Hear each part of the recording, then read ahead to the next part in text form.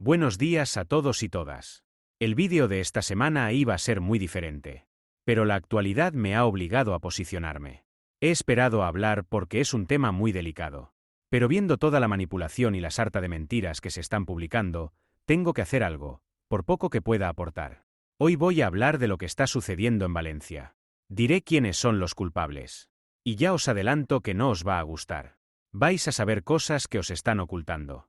Vais a tener que escuchar cosas que no os van a gustar. Yo tengo un trabajo. Un trabajo, por cierto, más que bien remunerado. No escribo ni hago vídeos por dinero ni fama. De hecho, puedo perder más y por ello no desvelo mi cara. Lo hago porque se tiene que saber la verdad. Comencemos. ¿Qué es una DANA? ¿De qué están hablando los medios? DANA es el acrónimo de depresión aislada en niveles altos. Un fenómeno meteorológico que se manifiesta cuando una masa de aire frío queda aislada en las capas superiores de la atmósfera. Al encontrarse con el aire más cálido y húmedo de la superficie, esta interacción provoca lluvias intensas y prolongadas. En España, este fenómeno es común en otoño, especialmente en el Mediterráneo, y es también conocido como gota fría debido a la repentina caída de temperatura que ocasiona. Esta semana, una fuerte dana golpeó a la región de Valencia, causando graves inundaciones y dejando una cifra de más de 200 muertos.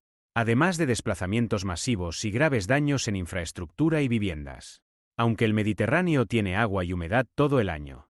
La dana o gota fría ocurre principalmente en otoño, debido a varios factores atmosféricos específicos que se intensifican en esta época. Temperatura del mar más cálida. Movimientos en la atmósfera. Disminución de la presión en capas superiores. No me canso de repetirlo.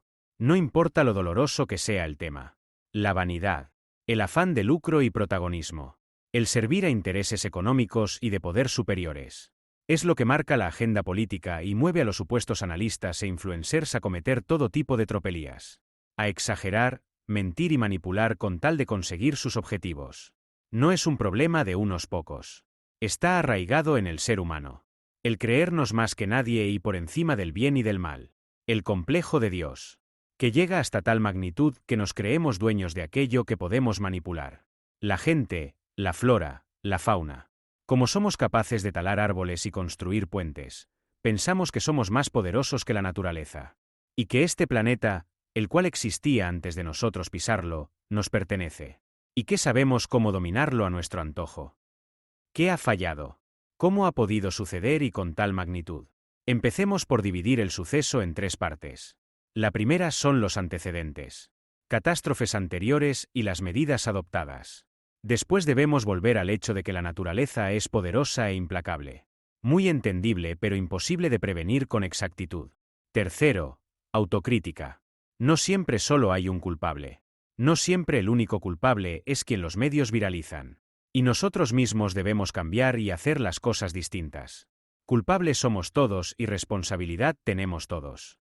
Unos más que otros y unos en unas áreas y otros en otras. Pero solo cambiaremos. Solo mejoraremos si aceptamos lo que hacemos mal.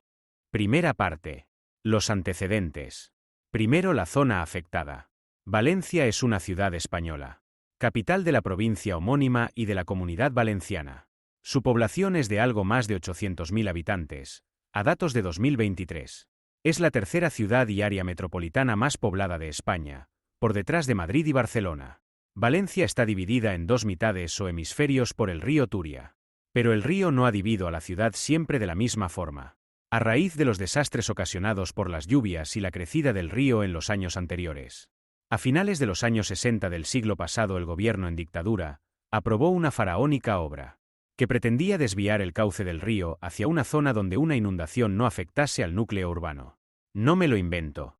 Veamos un documental producido por TVE en 1965 sobre el llamado Plan Sur de Valencia. Después de las catastróficas riadas de 1957 y 1962, con más de 800 fallecidos.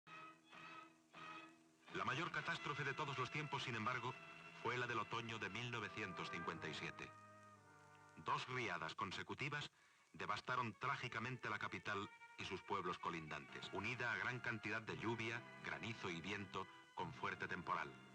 630 litros de agua por metro cuadrado, casi el doble que la cifra de lluvias máximas caídas en Europa desde 1900. Se contaban numerosas víctimas y era imposible acudir a remediar tantos estragos a un mismo tiempo. Sobre la capital se extendía una inmensa capa de 2 millones de toneladas de fango. El alcantarillado había quedado totalmente cegado, las carreteras impracticables, las comunicaciones anuladas. En Consejo de Ministros se acordó la creación de una delegación permanente del gobierno a la cual se le confió la inmediata reparación de los daños causados por las 2 trágicas riadas del Turia y también, por especial decisión del jefe del Estado, el estudio de los medios y recursos a poner en práctica para prevenirlas de modo que ya no pudieran repetirse en lo futuro. Fruto de estos detenidos estudios, realizados por una comisión técnica, fue la concepción de 3 posibles soluciones para el encauzamiento del río a su paso por la ciudad. El proyecto fue sometido al gobierno, que después de analizarlo minuciosamente, resolvió conceder su aprobación a la denominada Solución Sur. Solución de grandes vuelos, que consiste en variar radicalmente el trazado del río Turia. Cambiar su curso. Hacer correr sus aguas no por el norte de la ciudad como hasta ahora, sino por el sur de la tupida aglomeración urbana, para lo cual se hace preciso abrir un cauce nuevo. Los procuradores en Cortes recibieron el texto del proyecto de ley que abordaba no solamente los aspectos hidráulicos, sino también otras importantes facetas técnicas, carreteras, ferrocarriles y urbanización, y asimismo los medios para ejecutar el plan y los recursos para financiarlo. Y el plan se puso en marcha bajo la dirección técnica de la Confederación Hidrográfica del Júcar del Ministerio de Obras Públicas. Punto kilométrico cero, allí donde se inicia la desviación del río entre los poblados de Manises y Quart de Poblet, mucho antes de llegar a la capital, y abrir a partir de este punto el amplio foso del nuevo cauce a través de tierras de labor de la feracísima huerta valenciana. La solución sur ha sido calculada para que el río tenga una capacidad de desagüe de 5.000 metros cúbicos por segundo. Teniendo en cuenta que los caudales registrados durante la riada de 1957 fueron del orden máximo de los 3.700 metros cúbicos, avenida sin precedentes en la historia hidrológica del Turia, es fácil hacerse cargo de la seguridad que representa el futuro cauce, que hará prácticamente imposible la repetición de la catástrofe. El futuro cauce se dividirá en 3 tramos diferentes, siendo el último de ancho superior a los 2 primeros. La sección tipo que se adopta contiene un cauce menor de aguas bajas y un cauce mayor de avenidas contenido entre muros de encauzamiento. El régimen del río tan extremado aconseja esta disposición, ya que en él no existen términos medios, o pertinaz sequía o inundación arrolladora. Los taludes, en lugar de estar revestidos por losas de hormigón, son cubiertos por una capa de rocas de distinto tamaño, formando escolleras. La solución sur ha sido proyectada después de minuciosos estudios y ensayos en modelo reducido. Ensayos que se han verificado en el Centro de Estudios Hidrográficos del Ministerio de Obras Públicas y en los laboratorios de la Sociedad de Sogrea en Grenoble. Estos ensayos permitieron apreciar el comportamiento que podría tener el lecho del nuevo río ante las sucesivas riadas y, consiguientemente, decidir el material idóneo para los taludes y el fondo. También fue posible determinar en estos ensayos la pendiente de equilibrio que no necesita de una mayor protección y que ha sido la adoptada en los 3 kilómetros iniciales y en los 3 últimos. Estas mismas pruebas determinaron los tipos de defensas en los 6 kilómetros centrales, en los cuales la pendiente precisa ser mayor que la de equilibrio del cauce con diferentes sistemas protectores. Y este es el aspecto que ofrecerán las márgenes del río Turia en su tramo final. Los ensayos en maqueta a que nos hemos referido permitieron igualmente determinar con exactitud cuál era el tipo de azud de toma más conveniente para el punto de entronque o kilómetro cero que les estamos mostrando ahora. Se trata de un azud partido en 2 de distintas características que permite que las riadas pequeñas, hasta 800 metros cúbicos por segundo, pasen por la mitad de la derecha sin afectar a la otra mitad, cuya coronación es superior en 2 metros a esta, impidiendo con ello la sedimentación que estas riadas originaban y afectando a las 2 mitades las riadas mayores, pero previendo su posible ampliación en lo venidero en atención al crecimiento demográfico que ha de calcularse para el futuro. El nuevo cauce corta también todas las vías de penetración a Valencia existentes por el oeste y sur de la capital, vías de gran densidad de circulación. Obligado ha sido tender nuevos puentes, tanto de carretera como de ferrocarril, para reponer estas servidumbres de paso.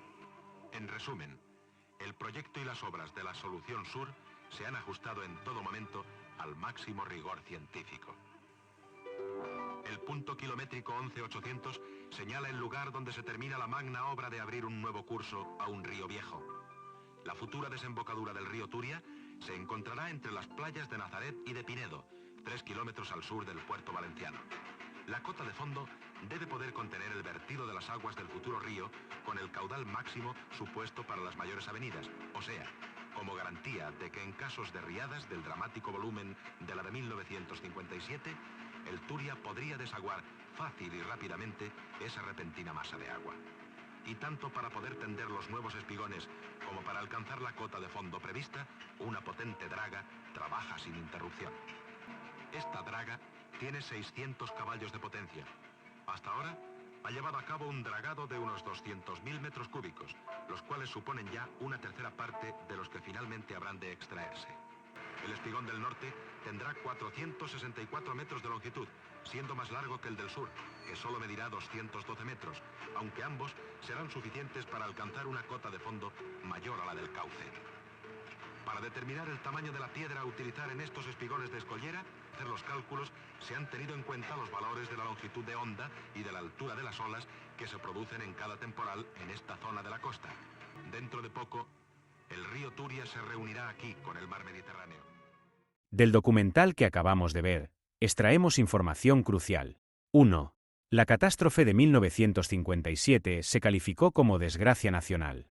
Hoy el gobierno teme decretar emergencia nacional e intervenir directamente. Hoy la política, disfrazada de democracia, está por encima de los intereses. Es que el gobierno central está listo para ayudar. Si necesita más recursos, que los pida. No hace falta priorizar unos municipios sobre otros ni jerarquizar tareas. Se prioriza cuando faltan medios y ese no es el caso, no tiene que pasar. Por tanto, la Comunitat Valenciana requiere más efectivos, maquinaria, financiación o asesoramiento técnico. Lo que tiene que hacer es pedirlo. 2. Se creó una delegación permanente del gobierno para estudiar lo sucedido y proponer soluciones, de la que resultó el Plan Sur. Si recordamos la pandemia por COVID, el comité designado por el gobierno, de expertos, jamás existió. Esto no significa que debamos creer fielmente lo que se cuenta en el documental. Es una fuente de información que primero ha tenido que pasar el corte de las autoridades franquistas para su emisión. 3. Aunque se ampliaría la zona de aparcamiento en Valencia y se conseguiría un tráfico más fluido desde fuera hacia el interior de Valencia y viceversa, los principales objetivos de la solución Plan Sur fueron primero subsanar el problema y segundo, alejar el río de la tupida aglomeración urbana y evitar que una riada como la de 1957 pudiese volver a suceder. 4. Se instalaron diferentes sistemas protectores. Azudes, a medida, partidos en dos, diseñados para permitir riadas pequeñas, hasta 800 metros cúbicos por segundo, e impedir que se fueran depositando sedimentos. Las obras también incluyeron escolleras para evitar la erosión. Y en el punto 11, 800, en la desembocadura, la cota de fondo se construyeron espigones, y se cavó con una draga, para que se pudiese contener el vertido de las aguas del futuro río, con el caudal máximo previsto para las futuras avenidas, basándose en la riada de 1957. En teoría, el nuevo cauce solventaría riadas de hasta 5.000 metros cúbicos por segundo, muy por encima de los 3.700 metros cúbicos por segundo que se alcanzaron en el desastre de 1957. 5. Plan Sur no solo contó con la desviación del río, sino que fue un gran proyecto de infraestructuras, carreteras, ferrocarriles, e incluso un plan de urbanización. Aquí debo detenerme de nuevo. Después de ver el documental, quise ver cómo había quedado la obra en un mapa. Escribí Valencia en Google Maps y fui ampliando hasta ver cómo el río Turia divide actualmente la ciudad. Si ponemos el mapa en vista de satélite, se observa mejor. Paiporta, considerada zona cero de la catástrofe, no es una porción aislada de tierra. En el sur de Valencia, se ha construido y mucho. ¿Cómo es eso posible? El objetivo del Plan Sur era precisamente alejar el Turia de, abro comillas, la tupida aglomeración urbana. Es decir, alejar el cauce del río de la población de Valencia. ¿Acaso esta gente no son población de Valencia? Durante los primeros 2 días desde el inicio de la catástrofe de 2024, nadie alertó de ello. Hoy se viraliza la pregunta en redes sociales. ¿Por qué se construyó? La información que brindan en los principales medios es escasa y además absurda. Se necesita, como todo lo que es importante, un análisis concienzudo. Primero, En el proyecto del Plan Sur, así como en el documental, se dice varias veces que se ha diseñado para que lo ocurrido en 1957 no volviese a ocurrir. Se construyó, en parte, porque se le dijo a la ciudadanía que no volvería a tener lugar un evento como el de 1957. En resumen, no era una zona de riesgo, eso en teoría. Segundo, si el motivo por el que reencauzar el río Turia era alejarlo de la población, ¿por qué se envió a otra zona que, aunque con menos población, sí que vivía gente? La verdad es aterradora. Atentos. He buscado la información y, en la Valencia actual, la renta media de las personas que residen al sur del río es casi un 30% superior a la de la gente que vive en el sur. Imaginad cómo era esa diferencia entre 1958 y 1973, cuando la zona era predominantemente agrícola. Con el tiempo, esta región se transformó en una zona residencial y comercial. Se conoce que hasta un 70% de las viviendas construidas eran de protección oficial. No se desvió el río para evitar el peligro a los ciudadanos de Valencia, sino a algunos ciudadanos de Valencia. Esto me ha recordado a un capítulo de Los Simpson. ¿Cómo no? En La familia de Springfield, lucha por conseguir que los ruidosos aviones comerciales dejen de sobrevolar su casa. El capítulo finaliza bien para ellos, pero Bart, el hijo mayor, se pregunta qué ha pasado con esos aviones que les habían atormentado. Por fin los aviones vuelan por donde tienen que volar. Exacto. Por encima de las casas de los pobres.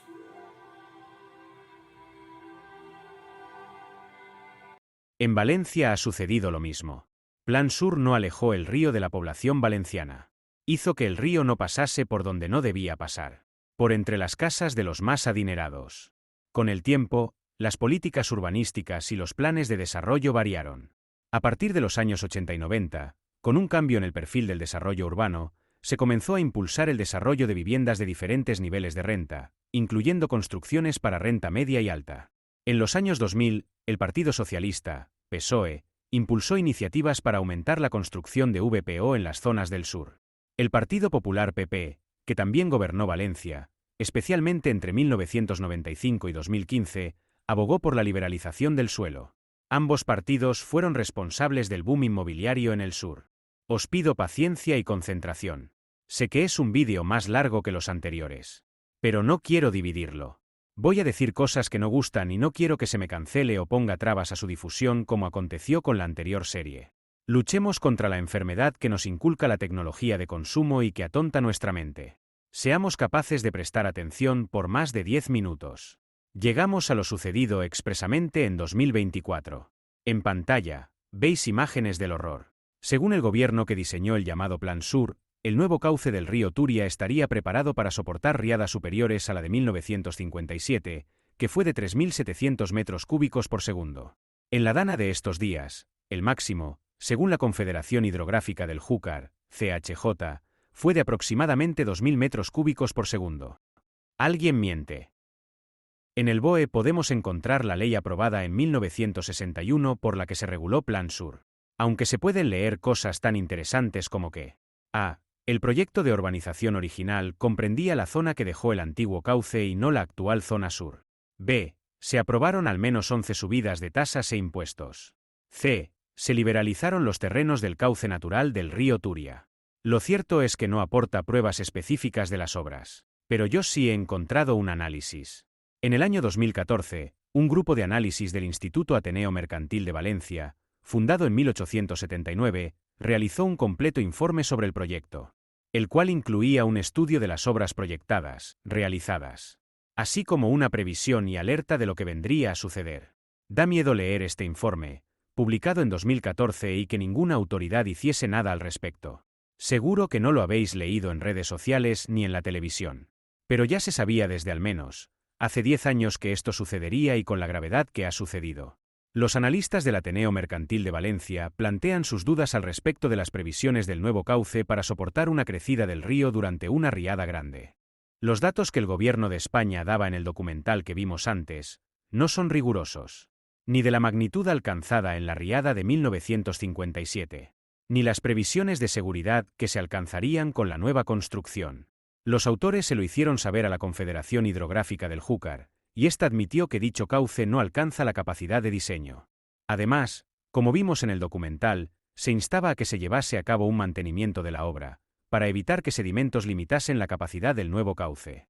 También se debían ampliar las obras a medida que la población creciese. Esto tampoco se hizo. Las conclusiones del informe, que repito, se realizó en 2014, son claras. Existen riesgos de que dicha situación meteorológica pueda derivar en una inundación catastrófica para Valencia. Los autores también publican que efectuaron diversas propuestas. A la vista de lo acontecido, no le hicieron ningún caso. Juan Marco Segura, catedrático ya jubilado del Departamento de Ingeniería Hidráulica y Medio Ambiente de la Escuela de Ingenieros de Caminos, Canales y Puertos de la Universidad Politécnica de Valencia, considera que ha habido problemas en otros puntos. Hace hincapié en la Rambla del Pollo. Admite que los números en el Patricova se han quedado cortos. Yo que participé en su redacción y he hecho estudios en la Rambla del Pollo, creo que lo que ha pasado se sale de todos los números. Es decir, o bien los estudios realizados no fueron todo lo rigurosos que debieran, o bien la naturaleza se saltó todas las previsiones, o ambas. Marco Segura dijo, en una entrevista para el medio Levante, El Mercantil Valenciano: desde hace ya unos cuantos años, sabemos lo que se puede hacer tanto desde el punto de vista de la ordenación del territorio, como desde el punto de vista de las actuaciones en las zonas inundables. Los planes se hacen, pero nos falta el poder económico para hacer las inversiones asociadas a estos planes. Es muy duro lo que estamos viendo, ¿verdad? Pero debemos seguir. Ya hemos visto a los primeros culpables. Políticos con nombres y apellidos, que no se diferencian aunque vistan colores distintos. Todos han gobernado Valencia y ninguno ha hecho nada. Ahora voy a hablar de otro actor, quizás el más importante: la naturaleza. La naturaleza es conocida, pero nuestros modelos son inexactos. Esta es una parte que no es culpa de un partido político u otro. Todos debemos ser conscientes de ello. A raíz del suceso de Valencia, han inundado las redes sociales mensajes en defensa de los embalses y presas que el gobierno actual de España ha derribado. No quiero entrar demasiado en por qué lo hace, pues como veremos más adelante, el presidente de España hace lo que otros le obligan. Los ciudadanos votan por aparentar vivir en democracia, pero es mentira. La cuestión al respecto no debería ser si mantener o no presas y embalses, sino preguntarnos si somos conscientes de lo que conlleva ir en contra del curso natural de la naturaleza. ¿Asumimos o no ese riesgo? He querido informarme bien sobre el tema, para no caer en demagogias de la Agenda 2030, pero a la vez ser honesto y no ocultar la verdad. Sí, los ríos pueden inundar entornos naturales de forma completamente espontánea. Aunque es cierto que a menudo el impacto es más visible o problemático en áreas donde los humanos han construido. Los ríos en bosques o áreas naturales también experimentan inundaciones debido a lluvias intensas, deshielos o desbordamientos estacionales, que son procesos naturales y periódicos. Pero en estos casos, las inundaciones ayudan a mantener los ecosistemas fluviales, enriqueciendo el suelo y proporcionando nutrientes para las plantas, es decir, lo que hace es beneficiar al ecosistema. Lo hace más fuerte. En un bosque, por ejemplo, el agua de una crecida se distribuye de manera más amplia y lenta, permitiendo que el terreno y la vegetación absorban una buena cantidad de ella. Además, en áreas naturales, el ecosistema está adaptado para beneficiarse de estas inundaciones, y no existen infraestructuras que limiten el flujo del agua o intensifiquen el daño. Los humedales y llanuras de inundación son ejemplos de ecosistemas que dependen de estas crecidas periódicas. La razón por la que en las áreas habitadas las inundaciones tienden a ser más catastróficas es precisamente porque el ser humano ha reducido el espacio que antes ocupaba el agua o ha construido barreras que modifican el flujo natural del río, haciendo que, al desbordarse, el agua tome rutas menos predecibles y más destructivas. Entonces, ¿construyendo más presas evitaremos estas catástrofes? No. Rotundamente, no. O comenzamos a vivir entendiendo el poder de la naturaleza, o comenzamos a asumir las consecuencias de creernos dioses por encima de ella. Toca repasar lo visto hasta ahora. Hemos comprobado que los motivos por los que ha sucedido la catástrofe de la Dana en Valencia, España, son: 1. Pensar que la naturaleza es previsible al 100%. 2. Una mala planificación y mantenimiento de las obras. Y 3. El afán expansionista y de lucro que, en este sistema, siempre pagan los que menos recursos tienen. El siguiente punto. Los medios de comunicación. La causa principal que me ha motivado a hacer este vídeo. Entiendo que es necesario informar. Pero, ¿para qué? Si tratas los temas más sensibles sin fiscalizar al verdadero poder, si no dices la verdad o no quieres oírla, ¿de qué sirve lo que haces? ¿Por un puñado más de dinero? ¿O lo que verdaderamente les mueve es el morbo y el saber que entran en la mente de la gente, que baila al son de su música? Hemos visto que hay culpables, pero también que todos somos responsables. Cuando todo esto se pase, ¿dónde vivirá la gente que ha quedado sin hogar? ¿Cambiará algo? Porque todo apunta a que no. Lo único que están consiguiendo los medios tradicionales, así como nuevos creadores de opinión que hay por las redes sociales, es avivar más el fuego de la ira y el odio hacia el que es distinto a él o piensa diferente. Esta es una misión de la clase dominante que llevamos ya años padeciendo. Hombres contra mujeres. Inmigrantes frente a nacionales. Criminalización del Islam. Liberalismo económico frente a intervencionismo o socialismo, si algo de eso existe en realidad, etc. Me gustaría, poniendo de ejemplo un programa líder de audiencia y de opinión, que viésemos algunas imágenes, acompañadas de audio. Pero necesitan una respuesta. Todas esas personas que se han encontrado con vosotros en el camino necesitan respuestas. Iker, tenemos una mesa, como siempre, con especialistas desde todos los ámbitos, que este programa lo que se hace es para ayudar. Vosotros os habéis trasladado allí, tenemos a Rubén Gisbert en Catarroja, tenemos también a Nacho Navarro en otra zona de Paiporta, tenemos a Ángel Gaitán que va a hablar con la gente. La gente clama que vaya al ejército. ¿Por qué el ejército a esta hora, después de todo eso que se produjo el martes, esa dana que no habíamos vivido nunca, una dana como no había ocurrido nunca en nuestro país, y todavía el ejército no ha ido a ayudar a esta gente? ¿Habéis escuchado lo mismo que yo? Sostienen que este suceso jamás se ha visto. Dicen que el ejército no ha ido y preguntan por qué. Esto ha sido brutal, es que nunca había ocurrido esta barbaridad. Yo te decía, hemos vivido algunas danas, ¿no?, como se llaman ahora, o gotas frías de toda la vida, pero esto ha desbordado por completo lo que conocíamos. Muy buenas noches, Javier. Buenas noches. ¿Esto se podía prever? Se estaba previsto. Lo que no estaba prevista era la intensidad. Y ahí está el grave error, que ha sido una dana más intensa de lo que se esperaba, pero estaba perfectamente prevista. Porque han llegado las escorrentías, los arroyos que vienen de la sierra, que están cerquita, está a pocos kilómetros, entonces allá ha llovido intensamente, los arroyos no han dado de sí y ha llegado toda la riada, un flash flood significa una riada inmediata, que son las típicas riadas del Mediterráneo. Eso es lo que tenemos. Yo sí que tengo que decir una cosa, esto ha ocurrido muchas veces, con gotas frías incluso más intensas que esta. Me gustaría analizar alguna históricamente más intensa que esta. O sea, que el historial de España en este tipo de eventos es tremendo. Los expertos han hablado menos de 10 minutos en un programa de más de 2 horas. Aunque han repetido lo que yo os he expuesto en este vídeo. Que ya se conocía, que se alertó, y que la naturaleza es imprevisible al 100%. Además de que ya sucedió antes. La presentadora seguía preguntando lo mismo y los colaboradores diciendo que esto jamás se había visto. Tenemos en Catarroja a Rubén Gisbert. Los que conocemos bien esta zona, un servidor se ha criado aquí desde que nació hasta los 20 años. Esto no ha pasado nunca. En España hay 120.000 militares, esto lo contará seguramente el coronel mejor que yo. Fijaos la devastación que hay aquí. Se sienten solos, se sienten totalmente desatendidos. Es una situación que yo solamente he podido ver en zonas como Ucrania, Mariupol. Decía Iker que es una zona de guerra. Nunca esperaba ver a mi pueblo natal en esta situación en la que parece un país tercermundista. Claman esa indignación y piden agua. No sé si podemos escuchar. Piden agua. Además pasa una cosa, que si habéis podido entrar vosotros, ¿por qué no llega? No tienen para lavarse, hay personas que se estaban lavando con refrescos. ¿Por qué no llega? ¿Qué os dicen? Vayamos por partes. Que hay mucho que desmentir. Lo primero es que esto sí se ha visto antes. Y por las cifras conocidas al momento de emisión del programa, en el pasado hubo riadas muy superiores. Por ejemplo la de Santa Teresa, con 1 millar de muertos. O la de 1962, con 800 fallecidos contabilizados. Lo segundo es hablar del ejército. La cifra que da Rubén Gisbert es falaz. 120.000 efectivos del ejército es el total. Pero no todos realizan labores de emergencia en catástrofes y ni siquiera todos están en España. Hay militares desplazados en misiones en el extranjero. La UME, que es la unidad encargada del ejército para estos trabajos, dispone de 3.500 soldados. El propio programa dijo que, al momento conocían que la magnitud del suceso alcanzaba a 450.000 personas de 25 municipios.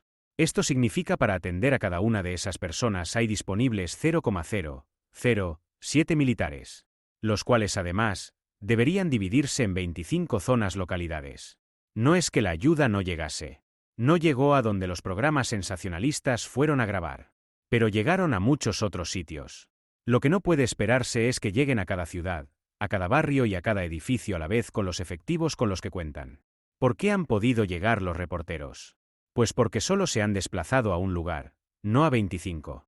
Escuchamos a vecinos clamar por agua, pero lo cierto es que más adelante en el programa, un vecino admite que recibieron agua por la mañana. Lo que no puede pretenderse es que se repongan los suministros en menos de 24 horas de un barrio pequeño, cuando hay 450.000 personas esperando y miles de desaparecidos. El propio rey de España, que es el capitán general de los ejércitos, se lo intentaba explicar a unos vecinos afectados por el suceso y manipulados por los medios. Lo normal es que se juntasen los vecinos para hacer inventario, se ayudasen entre ellos y enviaran una expedición para solicitar víveres que entregar después. Lo normal sería que los programas de televisión fuesen allí con suministros y no tardasen en ayudar hasta una hora después de haber visto el panorama y a los vecinos gritando. Pero lo más lamentable que he visto no es el ninguneo a los expertos, o las referencias publicitarias a marcas registradas de colegas o colaboradores. Lo peor han sido los reclamos amarillistas. Música de fondo, titulares provocadores y búsqueda de aquel vecino que más juego pueda dar. Podría poner muchas imágenes y audios, pero la siguiente lo resume perfectamente. Vemos al enviado por el programa macharse el mismo. A propósito, la ropa con barro antes de salir en antena. No quiero seguir hablando de este programa en concreto porque todos han hecho lo mismo. Eso sí, cuando eres líder de audiencia, debes dar mucho más ejemplo. Pero esto es la consecuencia de cambiar a periodistas formados e independientes, por amigos influencers con los que pretendes hacerte viral por encima de cualquier otra cosa. Estamos casi acabando. La política. La clase política, claro que merece una reprimenda. Pero no desde una postura ignorante y simplista. No podemos caer en lo absurdo de seguir en redes a un perfil y dar me gusta a todo lo que publica sin verificar la información y las fuentes. Ahora que sabemos que esto ha sucedido en el siglo pasado, o incluso hace 2 siglos, ¿es únicamente culpa del gobierno actual autonómico o del gobierno central que ostenta el cargo en 2024? Claro que no. Quien quiera saber cómo funciona la política y cuál es su misión puede leer mi libro Los amos del dinero. Las mentiras más grandes jamás contadas. Todos los partidos ven esta catástrofe para tratar de arañar votos de cara a las próximas elecciones. No se han juntado ni un momento, en un gabinete especial de crisis, en los que todos unan fuerzas y tomen decisiones coordinadas. No. Por eso, quien piense que, sacando a una persona del gobierno actual y metiendo a otra, del color que diga vestir, hubiese sucedido algo distinto, es un iluso. Sabéis, si habéis leído mi libro o si me seguís en redes, lo crítico que soy con toda la clase dirigente y política.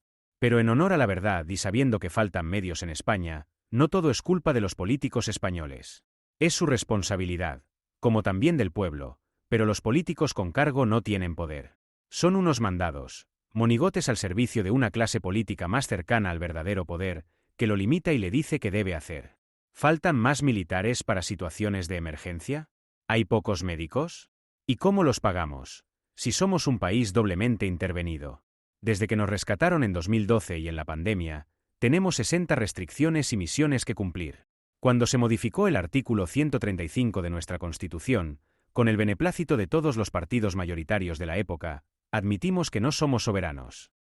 No tenemos memoria, pero yo sí recuerdo al gobierno municipal de Madrid, con Manuela Carmena como cara visible, que pese a registrar superávit no le permitían gastar más. Por si el pasado no nos atase, este mismo 2024 la Unión Europea nos insta a recortar 15.000 millones más. Para finalizar, nos falta autocrítica. Luchar contra el poder establecido está bien, pero si seguimos siendo como hasta ahora, eso es imposible que cambie. Pues compramos su discurso. Ha habido errores humanos e incluso veo un estado de conciencia alienado e idiotizado. Los estados modernos han traído una relativa paz y sobre todo control. Pero a cambio nos ha vuelto dependientes y vagos. He visto en el mismo programa de televisión decir a todos los vecinos que no tenían ni agua ni comida ni medicamentos y esperaban a que se los llevasen a la puerta de su casa y 2 horas más tarde, bajar un vecino a la farmacia, que estaba en el piso de abajo. Tardó 2 horas en pensar en ir él. ¿Recordáis estas palabras? No tienen para lavarse, hay personas que se estaban lavando con refrescos. En un día de lluvia, antes de asearte con un refresco, ¿no se te ocurre agarrar un barreño, por ejemplo de la ropa y llenarlo de agua de la lluvia? Muchos vecinos se han quejado de que los avisos de emergencia no fueron lo suficientemente explícitos. Pero mirad estas imágenes. Con este nivel de agua, ¿sigues viendo normal conducir, ir a visitar familiares o comprar en el supermercado. ¿Tiene que decirte alguna administración pública que es peligroso? Esto no es nuevo. Cuando el ejército de los Estados Unidos de América ocupó Irak, los ciudadanos salieron a protestar con miedo a no poder alimentarse. Hasta ese momento, era el Estado quien se lo proporcionaba vía racionamiento. Esto también sucedió en Rusia tras la caída de la Unión Soviética. Las daba el Estado con cupones y le daba los zapatos con cupones. Y yo recuerdo entrevistas a la gente, ¿y ahora cómo vamos a hacer para comer? Que no hay Estado que nos da los cupones, que nos da los zapatos. Ya, como nosotros, van a la tienda, trabajan y compran, ¿no? Tenemos que empezar a estudiar, informarnos por nosotros mismos. No podemos seguir siendo esclavos del sistema. Debemos saber primero cómo funciona. Esfuerzo, estudio y capacidad crítica y autocrítica. Muchas gracias por el apoyo. Hoy he traído un vídeo largo pero tremendamente importante. Dad like para que el algoritmo de YouTube lo recomiende. Nos vemos en el siguiente vídeo.